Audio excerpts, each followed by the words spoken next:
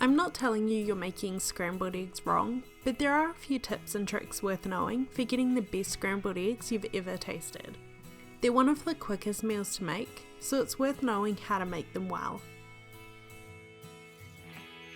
Start with cracking the eggs into a bowl. I usually go with 2 eggs per person, depending on how hungry you are. I'm using good quality free-range eggs here.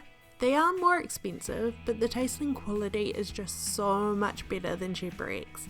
When you're eating the eggs as a meal, it's definitely worth spending the extra money. Chicken eggs are one of the cheapest forms of protein. They're filling, delicious, and full of nutrients. There are so many different ways to cook them, so if you are trying to cut costs or eat healthier, eggs are a win-win. Let me know what your favourite way to cook eggs are. They are super versatile. Use a fork to give the eggs a good whisk until there are no longer any separation of yolks and whites. I like to use a fork rather than a whisk here because you don't want to be incorporating too much air.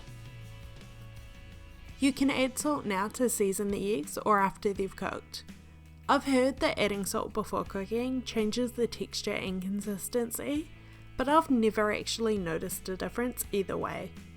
I always add it now so you can mix the salt throughout the egg rather than just sprinkling it on top. Once your eggs are whisked together, grab your pan and place it on the heat.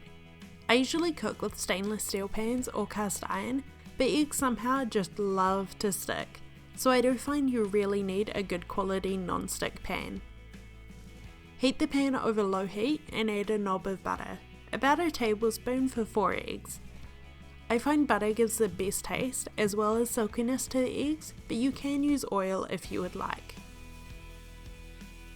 Pour the whisked eggs into the fry pan and leave them for about 30 seconds or so, just so the bottom has time to cook.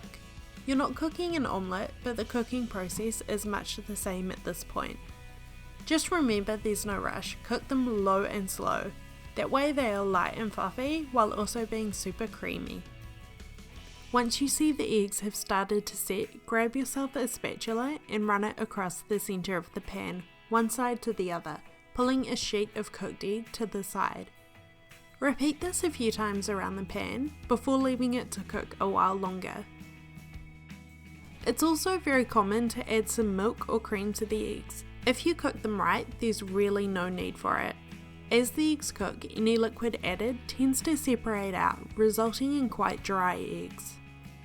Cooking the scrambled eggs this way, instead of continuous stirring, results in large ribbons of eggs that stick together, rather than the small little pieces that are much more prone to overcooking and drying out.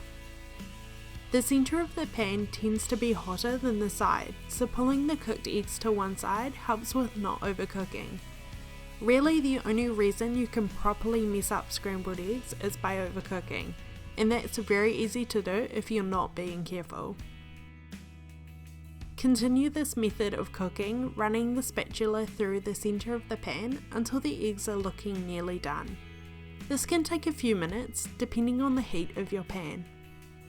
Once the eggs are mostly cooked, when there are a few still quite runny parts, pull all the eggs to the side of the pan and remove it from the heat.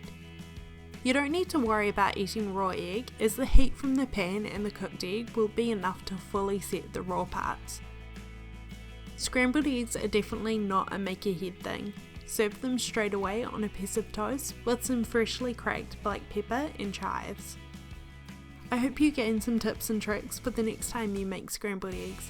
Thank you for watching, and I will see you in my next video.